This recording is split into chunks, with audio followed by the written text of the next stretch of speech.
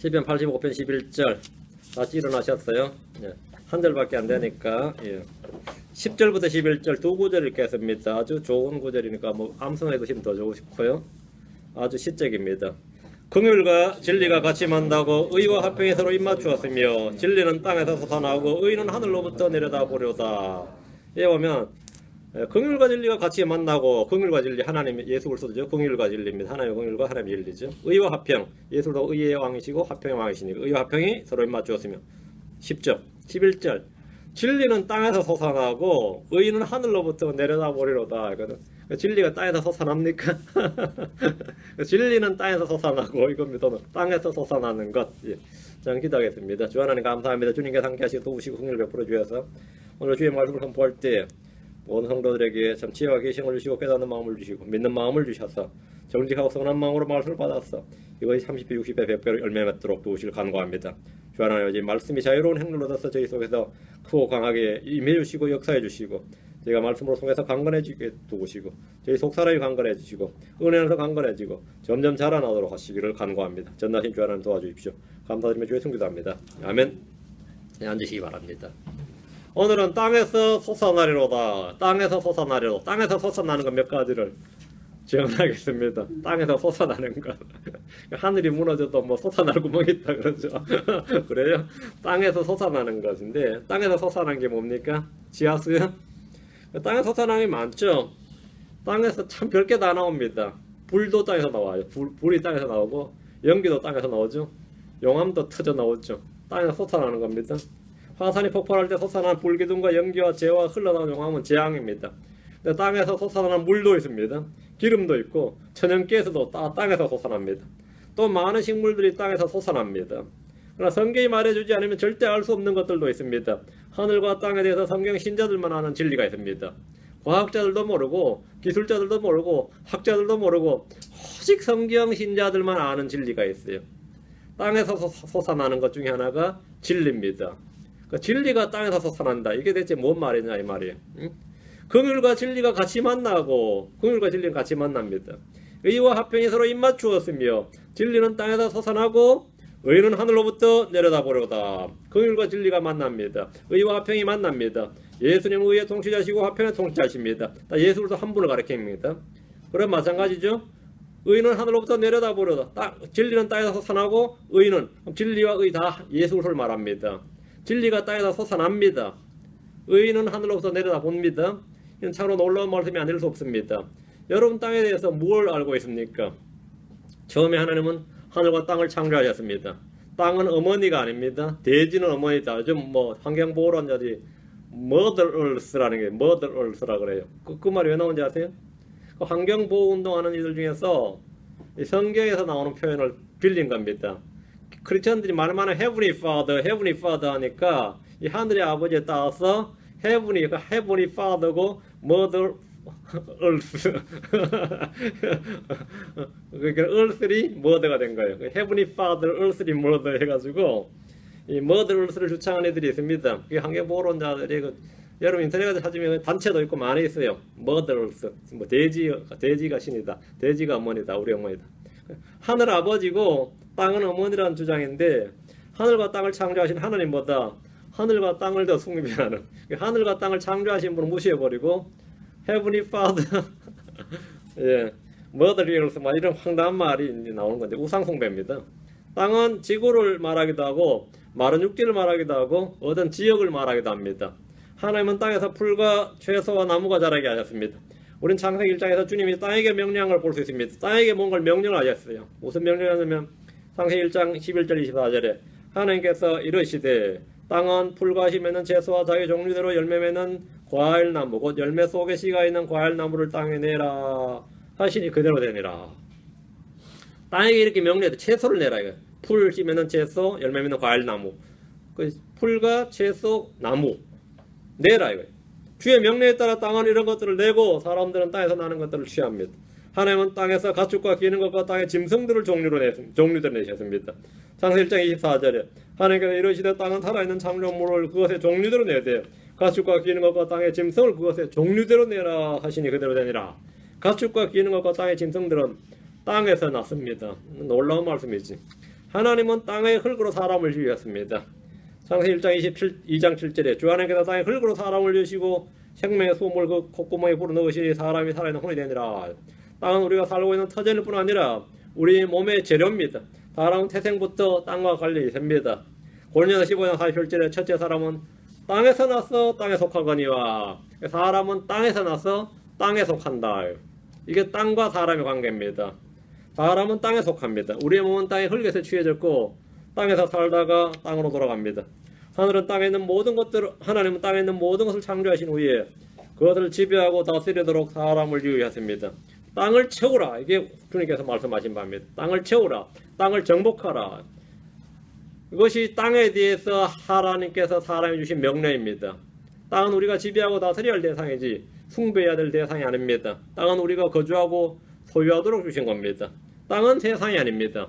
세상은 땅이 아니고 땅은 세상이 아닙니다. 땅은 현 세상에 있기 전부터 있었습니다.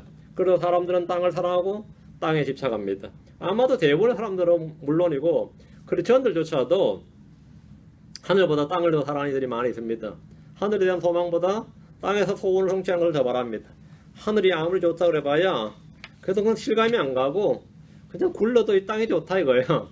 땅이 좋다, 땅이 좋아. 예, 땅에서 나서 땅에 살다가 내가 땅에 속하기 때문입니다. 땅에 속해 있으니까 내가 속한 게 좋죠.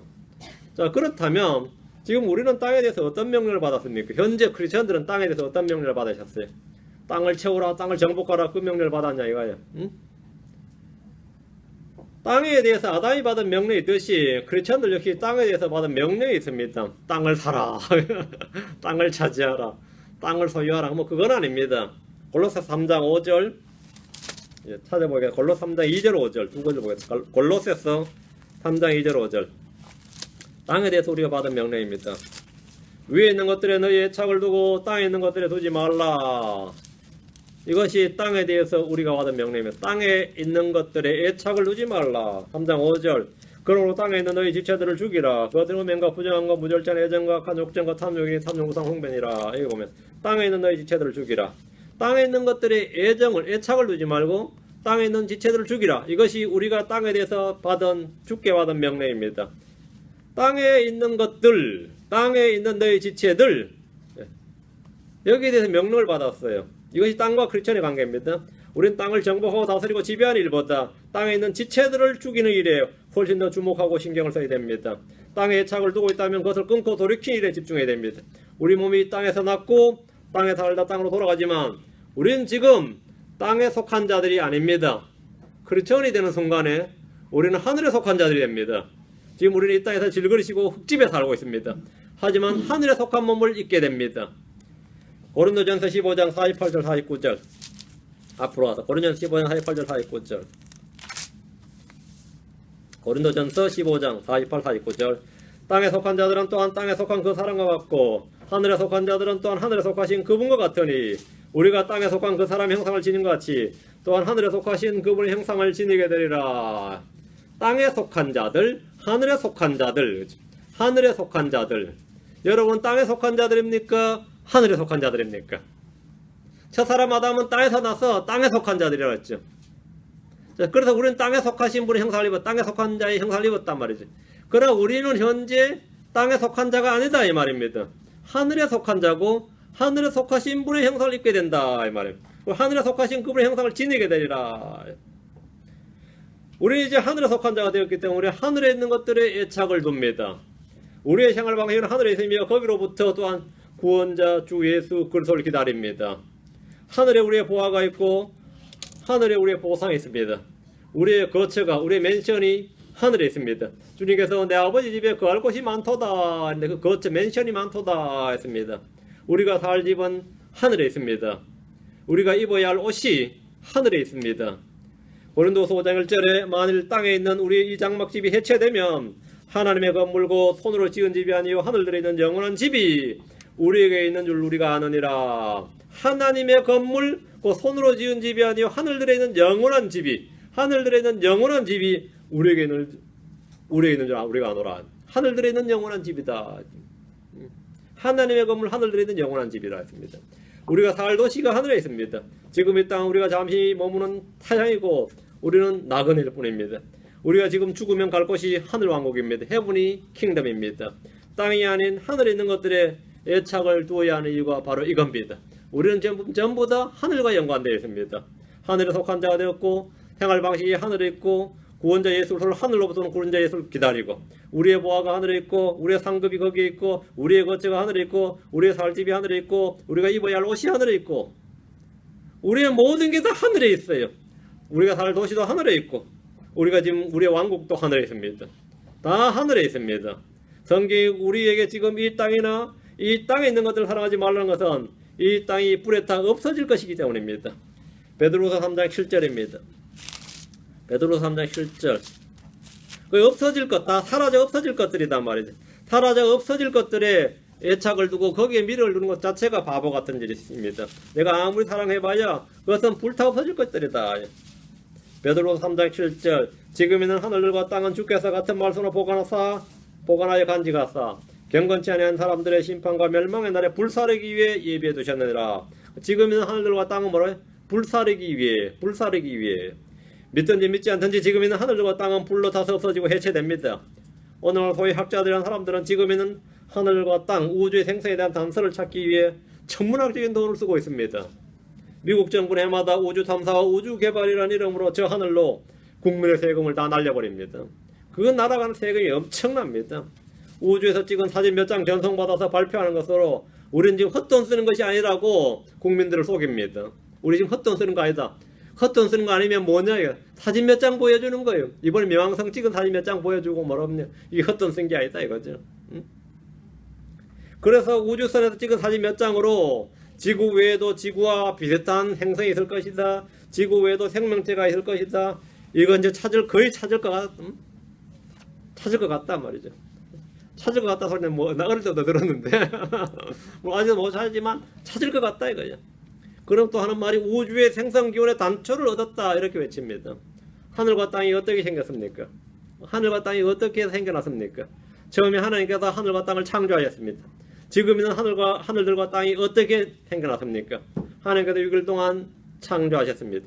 지구의 생성 연대나 기원을 알고자 한다면 우주선을 쏘아 올리기보다는 성경의 첫 몇 장만 읽어보면 충분합니다.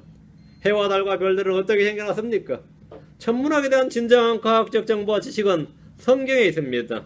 창세기 1장 16절에 하나님께서 커다란 두 광채를 만드사 큰 광채는 낮을 다스리게 하시고 해죠. 작은 광채는 밤을 다스리게 하시며 달입니다. 또 별들도 만드시고 또 별들도 만드셨다. 그래서 또 별이 나왔어요. 또 별 뭔지 아세요? 어느 성경 깊은 도시 성경에 거기서 또별이라 해설 하나 차려가지고 건강 깊은 바람 먹는데 천문학적인 내가 또별이 뭐냐니까 또 별들도 만드시고 여기서 나왔다는 거예요. 또 별들도 만드시고 자기는 별 안 만들고 건강 식품 만들어가지고 그걸로 에이즈 치료한다, 암 치료한다 그래가지고 여러 사람 죽였어요. 그래가지고 뭐 TV도 몇 번 나오고 말이죠. 탐사 프로그램에 고발 프로그램에 나오고 뭐 난리 났나봐요. 또 별들도 만드시고 그 별들이 어떻게 만들어졌냐 그냥 블랙홀에서 뛰어쳐나온 거 아닙니다. 하나님께서 별들을 만드신 겁니다. 해와 달과 별들을 그렇게 만드셨어요. 하늘과 땅을 그렇게 만드셨단 말이죠. 이게 오늘날 그 휴턴이나 나사 있죠. 나사가 그렇게 알고자 하는 모든 것의 답변입니다. 이게 답변이에요. 성경에서 우리는 우주의 기원과 물질의 기원과 생명의 기원을 알 수 있습니다. 분자 생물학 안 해도 돼요. 원자 그거 안 해도 됩니다. 물질의 최고의 단위가 모든 물질은 뭘로 구성되어 있는가? 하나님의 말씀으로 구성되어 있습니다. 말씀으로 지으셨어요. 이것은 쉽고 단순한 진리입니다. 어떻게 모든 물질이 해체되지 않고 유지되고 있느냐? 하나님의 말씀, 권능의 말씀으로 붙들고 계시기 때문입니다. 어떻게 해체되냐? 말씀을 해체해버리면 해체되는 겁니다. 하나님께서 말씀으로 지으셨기 때문에 말씀으로 그 한순간에 날아갈 수 있습니다. 그럼 지금 있는 우리 하늘들과 땅의 종말이 뭡니까? 불에 타 없어지는 겁니다. 불에 타 없어진다 이거죠. 하늘과 땅은 수억 년에 걸쳐서 점진적으로 진화된 것이 아니라 어느 한날에 창조된 것처럼 어느 한날에 없어져 버립니다. 3장 10절 베드로 3장 10절 펴놓으셨죠? 그러나 주의 날이 밤에도 똑같이 오리니 그날에는 하늘들이 큰 소리와 함께 사라지고 그날에는 했거든요. 한날에 없어져요. 원소들이 뜨거운 열에 녹으며 땅과 그 안에 있는 일들도 불태워지리라. 지금은 하늘과 땅이 사라지고 불태워진다는 사실을 아는 것은 과학적 연구 결과가 아니라 성경을 읽고 믿을 때 알 수 있는 진리입니다. 이것이 바로 성경의 예언입니다. 여러분이 하나님의 말씀을 믿는 사람들, 전부 다 대언의 영을 지닌 사람들, 여러분이 이 말씀을 선포하면 바로 여러분이 대언자입니다. 여러분이 바로 예언을 아는 사람들이에요. 믿는 자들의 쉽고 단순한 진리입니다. 성경은 말합니다. 3장 11절 그런 적이 모든 것이 해체될진데 너희가 어떤 사람이 되어야 마땅하겠느냐. 종말을 아는 사람, 종말 신앙을 가진 사람, 여기에 대한 지식과 진리, 여기에 대한 믿음이 있는 사람들은 어떤 사람이 되어야 되겠습니까? 이런 진리를 아는 사람은 모든 거룩한 행실 속에서 하나님을 따른 가운데 하나님 나라에 오는 것을 기다리고 서둘러야 됩니다. 12절 그날에 하늘들이 불이 타고 불이부터 해체되고 원소들도 뜨거운 열로 녹으려니와 그날에 하늘들이 불이부터 해체되고 했습니다. 원소들로 뜨거운 열로 녹으려니와 모든 엘리먼트가 다 녹아버리는 거예요. 이건 대환란 이야기 아닙니다. 다 녹아버립니다. 우린 지금 하늘과 땅의 시작과 끝을 다 알고 있습니다. 심판에 대한 분명한 영적 지식은 현재 나의 삶에 대한 경고, 나의 삶의 경고와 인내와 절제를 줍니다. 우리가 살고 있는 이 땅이 없어진다. 이거. 불에 다 없어지고 다 녹아버리고 다 없어진다. 그럼 내가 땅에 대한 미련을 가질 필요가 없구나. 땅에 뭘 쌓아둬서는 안 되겠구나. 하나님의 심판에 대한 지식, 이 진리의 지식은 우리의 삶을 완전히 바꿔놓습니다. 하나님의 심판에 대한 지식이 없는 자들이 무절제하고 방탕하게 삽니다. 그들은 쾌락을 추구하며 살며 이 땅의 모든 걸 다 겁니다. 그들은 높은 마음을 품으며 하나님을 사랑하기보다 쾌락을 더 사랑합니다. 이전 세상에 창조가 있었고 물로 멸망의 심판이 있었다는 역사적 사실에 대한 무지한 자들은 지금 있는 하늘과 땅 역시 창조가 있었고 불로 멸망한다는 사실, 물로 멸망했다는 사실에 대해서 무지하고 믿지 않습니다. 영적 무지는 불신에서 비롯됩니다. 이전 세상이 있었고 물로 심판이 있었단 말이에요. 마찬가지로 지금 있는 하늘과 땅 현 세상이 있고 불로 심판이 있다 이 말. 우리 주님께서 말씀하시기를 지금 우리가 사는 이 시대는 노아의 날들과 롯의 날들과 같다고 했습니다. 그렇다면 우리는 노아의 날들과 롯의 날들에 살고 있는 겁니다. 누가복음으로 합니다. 17장 27절 28절 누가복음 17장 27절 28절 노아가 방주로 들어간 날까지 그들이 먹고 마시고 장가고 시집가더니 홍수가 나서 그들을 다 멸하였느니라. 먹고 마시고 장가고 시집가는 이런 나쁜 일이 아닙니다. 그건 정상적인 일상생활이에요. 먹고 마시고 장가고 시집가는 일은 누구나 다 하는 일입니다. 그렇죠? 언제까지 노아가 방주로 들어간 날까지 그들이 먹고 마시고 장가고 시집가더니 일상생활을 영위했다는 겁니다. 그들 중에 아무도 홍수가 있다, 심판이 있다, 멸망이 있다는 사실에 대해서 관심을 가진 사람이 없었다는 겁니다. 그저 일상생활을 했어요. 근데 홍수가 나서 그들을 다 멸하였느니라. 노아의 날들이 어떠했습니까? 의의 선포자 노아는 다가올 심판에 대해서 경고했습니다. 그러나 노아는 혼들을 얻지 못했습니다. 노아는 자신의 가족에게 단 한 명도 혼을 얻지 못했습니다. 그때 사람들은 노아가 방주로 들어간 날까지 먹고 마시고 장가고 시집갔습니다. 그들은 정상적인 일상생활을 영위했습니다. 아무도 홍수나 종말이나 심판의 경고에는 전혀 귀를 기울이지 않았습니다. 홍수가 나서 그들은 다 멸망했습니다. 이것이 지금 우리가 살고 있는 시대의 모습입니다. 모두 직장 가고 일하고 장가고 시집가고 다 합니다. 일상생활을 해요. 하나님의 심판에 대해서 경고했지만 전혀 감각이 없습니다. 결과는 멸망입니다. 그들은 어느 날 갑자기 심판이 맺었다고 생각했지만 심판에 대한 선포는 최소한 100년 이상 소위 말 120년간에 선포되었습니다. 의의 선포자 노아는 선포했단 말입니다. 오늘날 갑자기 심판이 온다고 생각하지만 2000년 이상 그 심판에 대해서 선포되었습니다. 2000년 이상 선포되었다.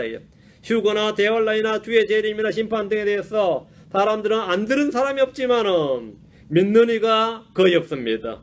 28절 마찬가지로 노아의 날과 마찬가지로 롯의 날들에도 그와 같았으니 그와 같았다는 뭐죠? 먹고 마시고 장가고 시집갔다 이 말입니다.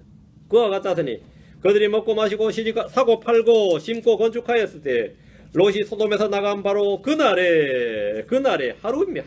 바로 그날에 하늘로부터 불과 유황의 비오도 내려 그들을 다 멸하였느니라. 롯의 날처럼 심판하는 날 갑자기 하루에 임합니다. 순간에 임합니다. 그 부유하고 잘 살던 소돔과 고모라는 빈촌이 아니었습니다. 그들은 엄청나게 잘 사는 부촌이었어요. 그렇게 부자 도시가 드문 그런 부촌이었어요. 먹고 마시고. 향락산업이라는 것은 먹고 살만해야 생기는 겁니다. 먹고 살만해야. 그 문화가 발전한다는 것은 다 먹고 살만한 거죠. 그 잘 살던 소돔이 어느 날 하루 만에 멸망하고 말았습니다. 사람들은 성경의 예언을 당하는 그날까지 모르고 살지만 우리는 미리 알고 대비합니다. 대환란에 대한 가장 좋은 대비, 완벽하고 안전한 준비가 뭡니까? 뭘 것 같습니까? 대환란이 온다요. 온다요. 주의 날이 온다. 그럼 어떻게 해야 되냐? 뭐 해야 되느냐? 당연히 하나님 뜻대로 경건하고 의롭게 살아야죠. 가장 안전한 방법이 뭐냐요? 확실한 안전책이 뭐예요?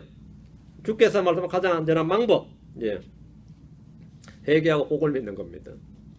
회개하고 복을 믿는 겁니다. 주께서 말씀하시기를 누가복음 13장 3절 5절에 내가 너에게 이르노니 아니라 그러나 너희가 회개하지 아니하면 다 그와 같이 멸망하리라. 그럼 회개하고 복을 믿으면 멸망 안 한다 이거죠. 회개하고 믿으면 어느 날 하루에 갑자기 닥치는 재앙이, 그 멸망의 심판이 내게 임하지 않는다 이 말입니다. 회개하고 복을 믿으면 됩니다.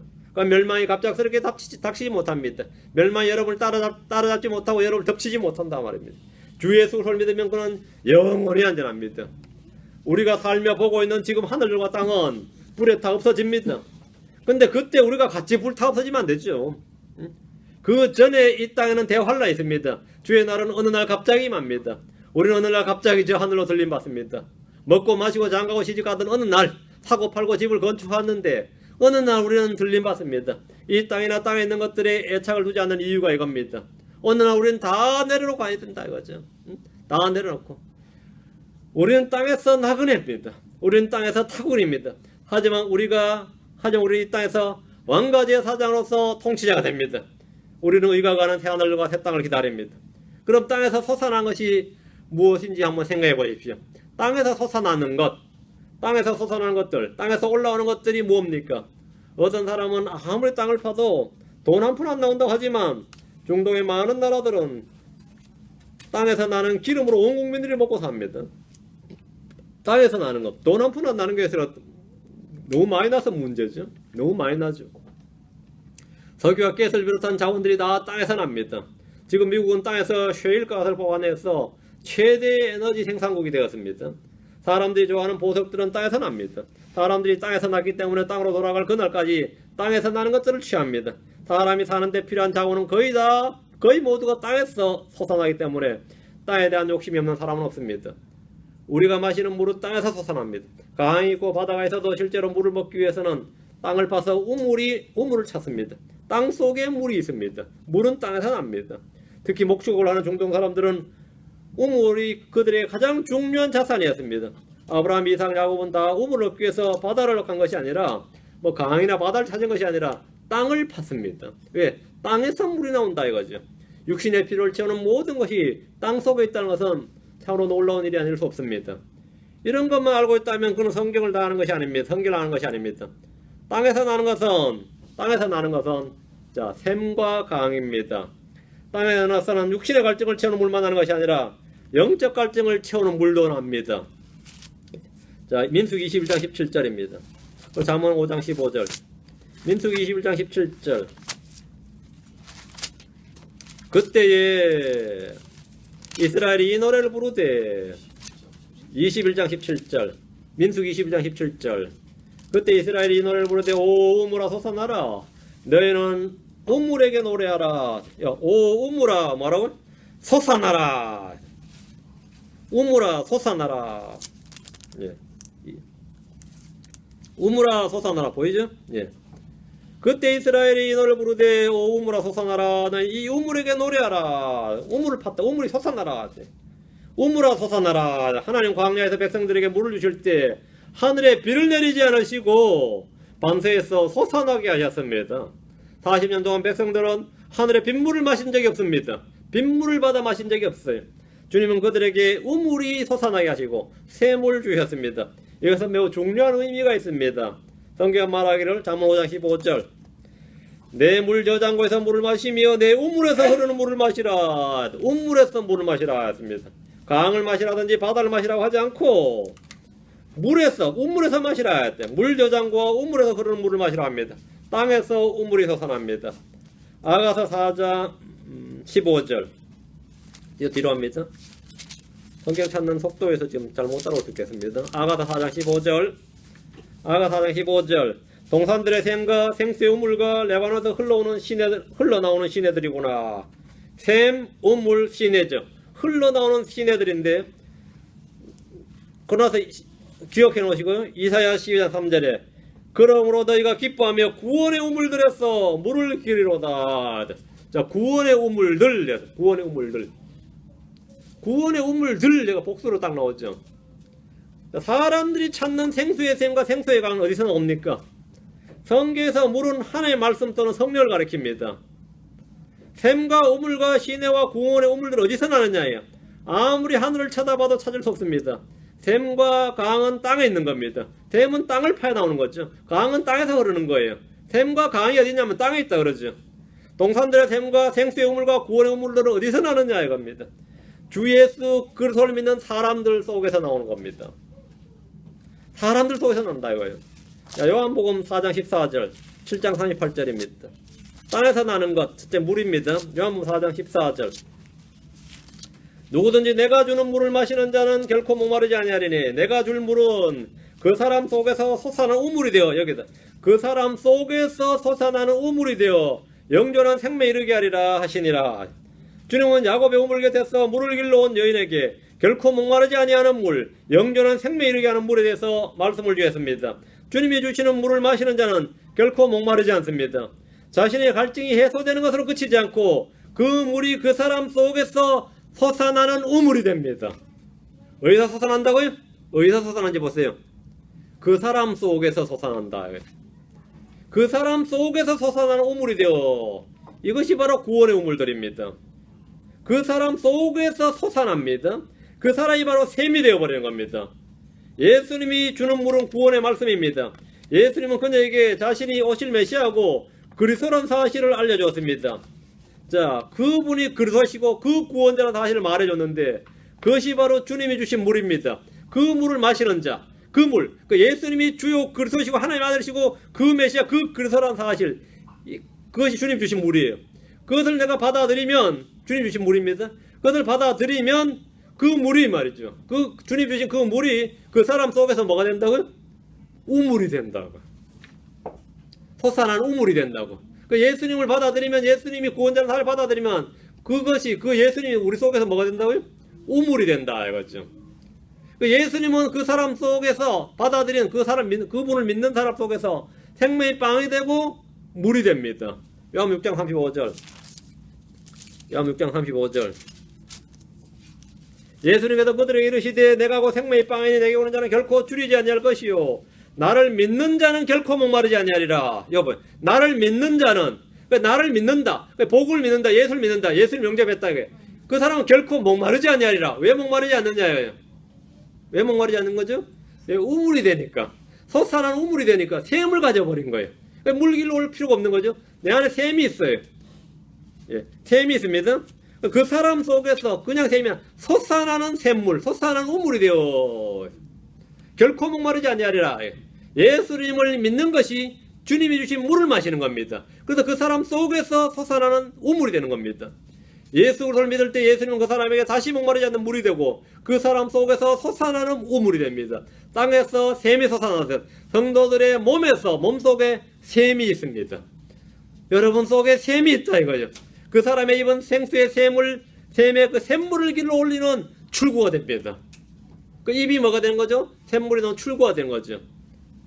잠언 10장 11절에 의로운 자 입은 생명샘이로 됐습니다. 의로운 자 입은 뭐라고? 생명샘이로 돼.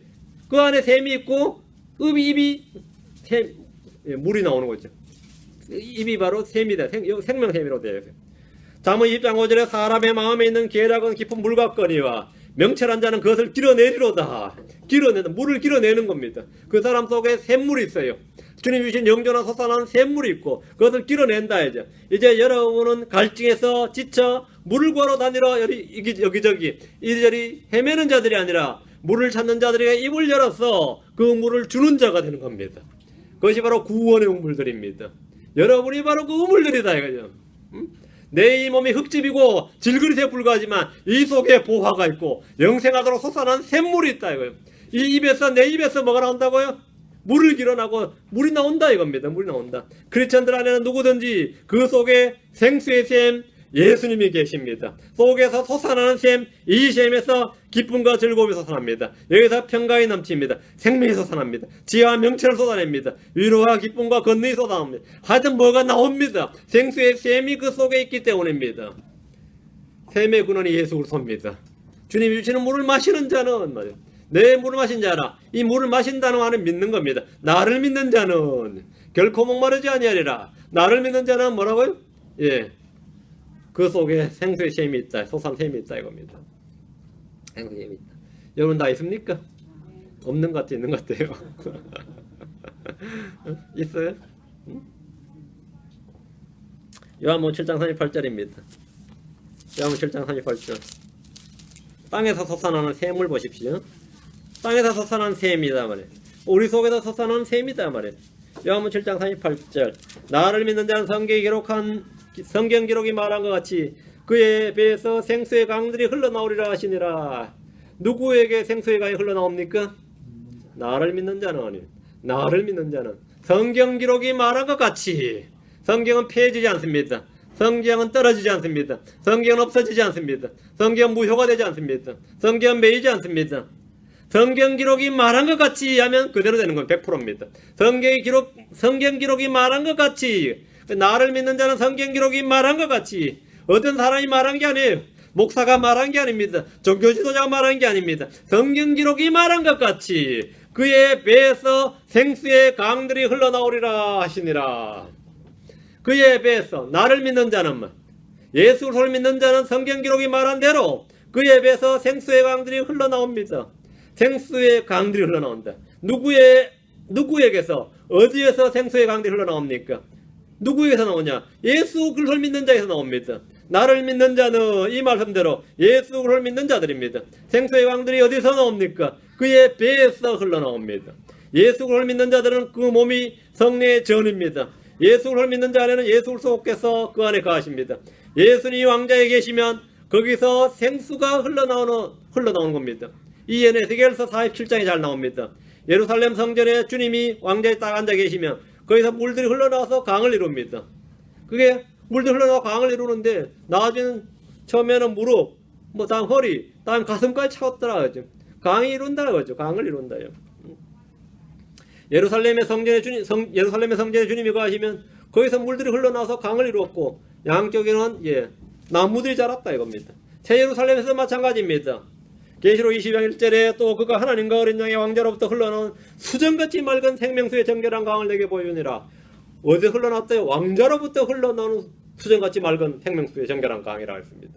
주님이 계신 물리적인 성전에서는 물리적인 생수가 흘러나옵니다. 주님이 영으로 우리 속에 가시면 영적인 우리 몸된 성전에서는 영적인 생수의 강들이 흘러나옵니다.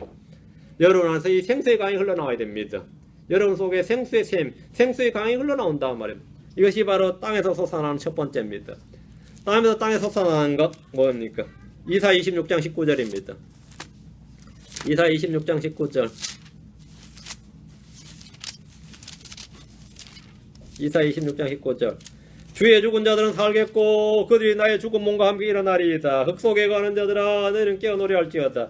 주의 이슬은 채소의 이슬 같으니 땅에 죽은 자들을 내놓으리라. 주의 죽은 자들은 살겠고 부활이죠.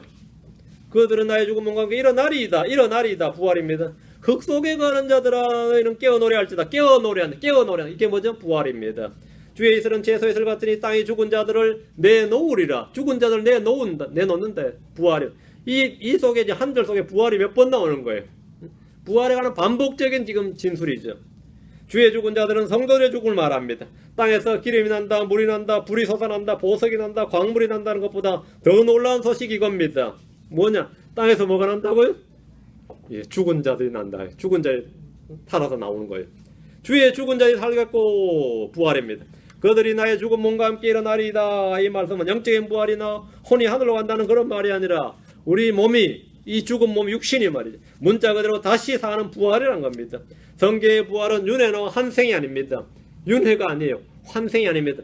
여러분 환생이 뭔지 아세요? 많이 쓰는 표현이죠. 형상을 바꿔서 태어난다는 겁니다. 사람이 개로 태어나거나 소로 태어나거나 형상을 바꾸고 태어나는 거죠. 이거는 엄청난 이야기예요. 이 환생을 믿어버리면 말이죠, 짐승과 결혼할 수 있는 거죠. 환생을 믿어버리면. 왜? 전생에 나의 부인이었다고 해보면 끝나는 거 아니에요. 이게 엄청난 케이아스입니다. 이 근친 상관이 가능한 이유도 겁니다. 전생에 뭐였어요? 저런데 내 딸로 태어났다잖아요. 내 딸 태어났다. 이래보니 뭐 불가능한 것이 없어지는 거죠. 이 불교는 동성애가 가능한 교리입니다. 그럼 마음이 끌린다 이거야. 전생에 내 마누라인데 남자로 태어난 거야. 무슨 말인지 알겠죠? 엄청나게 그때 사랑했었나 보다. 연이 이어졌다 그래. 끝나는 거야. 이게 모든 게 다 가능합니다. 이게 이 윤회나 한생이란 것이 말이죠. 이게 아주 이런 마귀적인 교리가 없어요. 이런 마귀적인 교리가 없습니다. 이게 불가능이 없어. 모든 것이 다 합리화되는 겁니다. 모든 것이 다 합리화돼요. 어떤 죄를 져도 합리화가 돼요. 전생에 그랬나 보다 그런 끝나는 건데 다 밀어붙여 버릴 수 있는 거예요. 이게 뭐 아주 웃기는 이야기입니다. 그 부활이란 것은 윤회도 아니고 환생도 아니다 말입니다. 성경의 부활은 우리가 입었던 이 몸 문자 그대로 이 몸이 죽었어 흙으로 돌아갔던 이 몸이 다시 일어나는 겁니다. 흙 속에 가는 자들아, 이 말은 죽어서 흙에 묻혀서 흙으로 돌아간 상태를 말합니다. 그런 자들에게 너희는 깨어 노래할지어다 이렇게 말합니다. 마치 땅에서 풀이나 채소가 솟아나듯이 땅에 죽은 자들을 내놓는다는 겁니다. 땅에서 솟아나는 것, 예, 죽은 자들입니다. 죽은 자들 솟아난다 이거. 이거는 뭐 땅에서 기름 나오는 거나 금덩어리 나오는 것보다 이거는 뭐 훨씬 더 이게 경이로운 일이죠. 여기서 주목할 말씀이 있습니다. 주의 이슬은 채소 이슬 같으니 이 말이에요. 주의 이슬은 채소 이슬 같다. 그 이슬이 내리면 땅에 있어 씨앗들이 뭐가 되는 거죠? 풀이든 뭐든 나오죠. 예. 예를 들어 이슬이 하나도 없어버리면 말이죠, 땅에 수분이 하나도 없으면 아무리 오래 해서 몇백 년, 몇천 년 지나도 안 나옵니다. 안 나와요. 그러니까 주의 이슬은 뭐라고요? 주의 이슬은 채소 이슬 같으니 이 말인데, 주의 이슬이 뭐냐 이거예요. 주의 말씀입니다. 주의 말씀이 주의 이슬이에요. 신명기 12장 1절 2절에 오 하늘들이여 너희는 귀를 기울이라. 내가 말하리라. 오 땅이여 내 입의 말들을 들을지어다. 내 교리가 비처럼 내리며 내 말이 이슬처럼 맺히되 연한 채소에 내려는 가는 비와 풀이에 내리는 소나기 같으리니 했습니다. 주의 말씀이 이렇다는 겁니다. 주의 말씀이 이렇다면 뭐가 되는 거죠? 예, 신명기 32장 1, 2절입니다. 제가 22장을 했다. 신명기 32장입니다. 신명기 32장. 그 주님의 말씀이 내 교리가 비처럼 내리며 내 말이 이슬처럼 맺히되 연한 채소에 내리는 가는 비와 풀이에 내리는 소나기 같으리니. 그러니까 그럼 땅속에 있는 게 뭐 어떻게 되는 거죠? 일어나는 거죠. 땅속에 채소처럼 풀처럼 나오는 거죠. 주의 말씀이 주의 이슬입니다. 주의 이슬은 채소 이슬 같으니 이 말이 바로 이겁니다. 땅이 내는 가장 놀라운 일은 죽은 자들을 내놓는 겁니다. 이게 땅이 내는 가장 위대한 것이. 주께는 젊음의 이슬이 있습니다. 주의 호의는 풀의 이슬 같습니다. 다니엘 12장 2절에 땅의 티끌 속에서 잠자는 자들 중에 많은 사람이 깨어나 얼마나 영존한 생명에 이르고 얼마나 수치와 치욕에 이르리라. 땅의 티끌 속에서 잠자는 자들 중에 많은 사람이 깨어나. 땅의 티끌 속에 잠자는 자들이 깨어난다요. 땅이 사람을, 죽은 사람을 내어놓는다. 부활입니다. 땅에서 솟아나는 가장 위대한, 가장 놀라운 것, 부활입니다. 땅의 티끌 속에서 잠자는 자들 중에 많은 사람이 깨어납니다. 죽은 자들이 땅에서 솟구쳐 나온 걸 한번 생각해 보십시오. 무덤이 갈라지고 솟아난단 말입니다. 에베소 5장 14절에 그러므로 그분께서 이러시기를 너 잠자는 자여 깨어서 죽은 자들로부터 일어나라. 깨어서 죽은 자들로부터 일어나라. 잠자는 자여, 이게 죽은 자들이에요. 일어나라. 그 속에서 내게 빛을 주시리라 하시느니라. 너 잠자는 자여, 죽은 자들입니다. 깨어서 죽은 자들로부터 일어나라. 부활을 명한 겁니다. 그럼 땅에서 죽은 자들이 일어납니다. 죽은 자들이 일어나요. 땅에서 솟아난 것이 뭐가 있느냐 이거예요. 죽은 자들이 솟아난다 이거예요. 죽은 자들이 살아서 솟아난다 이거예요. 땅속에던 씨앗이 마치 밖으로 튀어나오듯이 말이죠. 사람이 죽은 자들이 땅에 묻혀도 그냥 흙이었는데 솟아나오는 겁니다. 땅에서 솟아나는 것 또 있습니다. 진리입니다. 시편 85편입니다. 오늘 본문 말씀. 진리가 땅에서 솟아난다. 진리가 땅에서 솟아난다. 땅 파면 진리가 나옵니까? 땅 파면 진리가 나와요. 시편 85편 10절 11절. 시편 85편 10절 11절. 언제 나중에 시편 강의할 때 다 하겠지만 말이죠.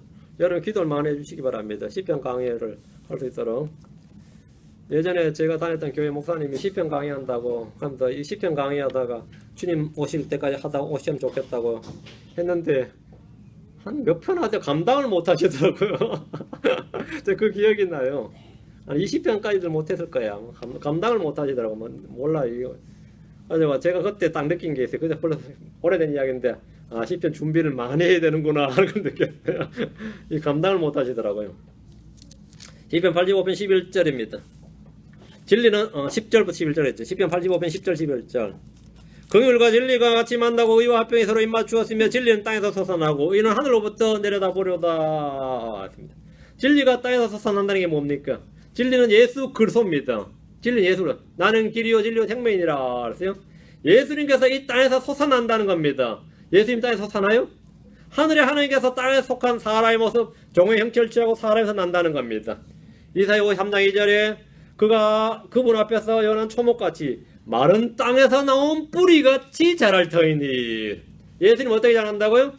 연한 초목같이 마른 땅에서 나온 뿌리같이 자랄 터이니. 땅에서 나오는 주님이 채소고 나무로 나온 거죠.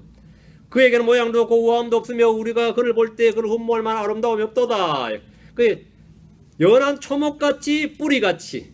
이보다 예수님에 대한 그 인성, 사람 대신 예수님한 걸 잘 표현한 게 없어요.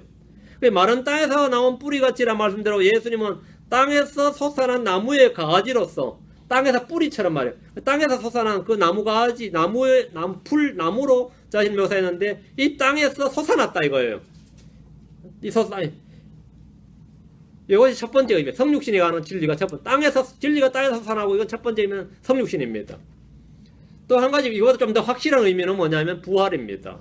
땅에서 솟아났다는 말은 뭐냐면 부활하신 예수를 합니다. 땅에 묻히신 주님께서 부활을 통해서 나왔습니다. 땅에서 솟아난 겁니다. 진리는 땅에서 솟아나고란 정확한 의미는 예수님의 부활을 증언하고 선포하는 겁니다. 그러니까 유대인들은 다 땅에서 진리가 솟아난다는 말을 이해를 할 수가 없는 겁니다. 이건 언제 이해가 되냐면 예수님이 이 땅에 나시고 부활해야 요 시편 85편 11절이 이해가 됩니다. 아, 진리가 땅에서 솟아난다는 말이 예수님께서 땅에서 나셔서 뭐라고요? 묻히셨다가 동굴 묻히셨다가 죽으셨고 묻히셨다가 부활의 동굴 나와야 진리가 땅에서 솟아나는 겁니다. 진리가 땅에서 솟아났다는 거죠. 맞아요? 그럼 말씀이 이게 아주 클리어하죠. 진리가 땅에서 솟아났다 이거예요. 예수님이 부활하셨다는 말입니다. 예수님의 부활을 증언하고 선포하는 겁니다. 부활하신 예수님이다. 부활하신 예수님. 진리가 땅에서 솟아났다. 부활하신 예수님입니다. 이사야 45장 8절에 하늘들아 너희는 위에서부터 의를 내리며 창고는 의를 내려 부을지니라. 땅은 열리고 그들은 구원을 가져오며 의는 함께 솟아날지어다. 나주가 그 일을 창조하였느니라. 이건 구절 찾아보세요. 이사야 45장 8절. 그 옆에다가 시편 85편 11절로 적어놓으세요. 이사야 45장 8절. 이런 구절을 이렇게 연결할 수 있어야 됩니다. 이거 진리의 말씀에 연결할 수 있어야 돼요. 이사야 45장 8절에 다시 봅시다. 하늘들아 너희는 위에서부터 의를 내리며 예수님의 강림이에요. 이 땅에 오시는 겁니다. 창공은 의를 내려 부을지니라. 주님이 땅으로 의이신 주님이 하나님 의이신 주님이 내려오는 거예요. 땅으로 오시는 거죠. 땅은 열리고 이건 부활입니다. 땅은 열리고 그들은 구원을 가져오며 의는 함께 솟아날지어다. 하늘에서 내려오던 의가 땅에서 솟아난다잖아요. 부활로 말미암아 뭐죠? 하나님 아들을 건너게 드러나 선포하셨단 말이죠. 의는 솟아날지어다. 나주가 그 일을 창조하였느니라. 부활은 주님의 창조 사역이다 말이에요. 땅에서 죽은 자가 일어나는 거죠. 새 사람을 창조하신 겁니다. 되죠? 그러니까 위에서 의를 내린다는 것은 주님이 하늘에서 오신다는 말씀입니다. 땅은 열리고 의는 함께 솟아날지어다. 이 말씀은 그리스도의 부활을 증언한 겁니다. 예수님은 땅에 오셨고 성경대로 죽으시고 묻히셨다가 성경 기록대로 셋째 날에 부활하셨습니다. 대언자들 이 부활에 대해서 진리는 땅에서 솟아나고 땅은 열리고 의는 함께 솟아날지어다. 이렇게 노래한 겁니다. 클리어하게 와닿죠? 예. 이사야 61장 1절 뒤로 왔어요. 61장 11절 이사야 61장 11절. 땅이 자기의 싹을 내며 동산이 자기 안에 뿌려진 것들을 솟아나게 하는 것 같이, 이렇게. 이건 누구나 다 아는 이야기죠. 주 하나님께서 의와 찬양을 모든 민족들 앞에서 솟아나게 하시리라. 예수님의 부활입니다. 의와 찬양을 솟아나게 하시리라. 모든 민족들 앞에 솟아나게 하시리라. 부활은 모든 민족들 앞에 선포된 겁니다. 솟아나게 하시리라. 의와 찬양을 모든 민족들 앞에서 솟아나게 하시리라 했습니다. 이것이 바로 진리가 땅에서 솟아나고 라는 의미입니다. 이 의미입니다. 땅에서 솟아나는 게 뭐가 있어요? 진리가 있습니다. 땅에서 솟아나는 게 뭐가 있느냐? 샘이 있고 강물이 있습니다. 그것은 우리 몸에서 솟아나는 걸 말합니다. 다음 땅에서 솟아나는 게 뭐가 있느냐? 이사야 44장 4절 이스라엘입니다. 지구상에서 흩어져 버린 이스라엘, 죽어버린 이스라엘 민족이 솟아난다는 겁니다. 44장 4절 땅에서 솟아나는 이스라엘, 그들이 풀 가운데 있는 것 같이 솟아나며 수로 옆에 버드나무 같이 솟아나리로다. 이스라엘이 솟아납니다. 온 땅 2000년 동안 묻혀 있었던 이스라엘이 말입니다. 땅속에 묻혀 있던 이스라엘이 솟아난다 말입니다. 이스라엘은 마른 골짜기에 뼈들처럼 죽어 있다가 어느 날 땅에서 일어납니다. 그들은 수로 옆에 버드나무 같이 솟아납니다. 이게 천연왕국입니다. 다음에 땅에서 솟아나는 게 또 있습니다. 이건 좀 놀라운 이야기인데, 짐승과 메뚜기들입니다. 계시록 13장 11절입니다. 이건 대환란 때입니다. 계시록 13장 11절. 예, 13장 11절. 계시록 13장 11절. 땅에서 솟아나는 게 꽤 많아요, 그죠? 계시록 13장 11절. 내가 보니 또 다른 짐승이 땅에서 올라오는데, 여기 땅에서 올라오는데, 그는 어린 양같이 두 뿔이 있고 용처럼 말하더라. 바다에서 올라오는 첫 번째 짐승이 있었죠. 그리고 땅에서 올라오는 또 다른 짐승이 있는데, 이 짐승은 거짓 대언자입니다. 하늘에서 주 예수 그리스도와 성령께서 내려오시듯이 땅에서는 두 짐승이 올라옵니다. 예수 그리스도에 해당되는 상대되는 인물이 적그리스도고, 성령에 상대되는 인물이 거짓 대언자입니다. 거짓 대언입니다. 하나님 아버지에 상대되는 인물이 용이죠. 용이 자기의 권세와 자리를 적그리스도에게 줍니다. 하나님 아버지께서 자기 권세와 권능과 모든 자리를 예수 그리스도에 주는 것처럼 이게 전부 다 짝을 이루죠. 짝을 이룹니다. 쌍을 이루어요. 이것은 바로 이미테이션, 마귀가 따라하기 때문에, 이미테이션을 하기 때문입니다. 두 짐승이 올라오는 짐승이 있어요. 하늘에서 내려오는 둘이 있고 땅에서 올라오는 둘이 있단 말이죠. 계시록 9장 3절 앞으로 갑니다. 또 메뚜기들이 연기 속에서 나와 땅 위로 올라오는데 그것들이 땅에 있는 정갈들의 걷는 것 같은 권능을 받았더라. 땅 위에 뭐가 올라와요.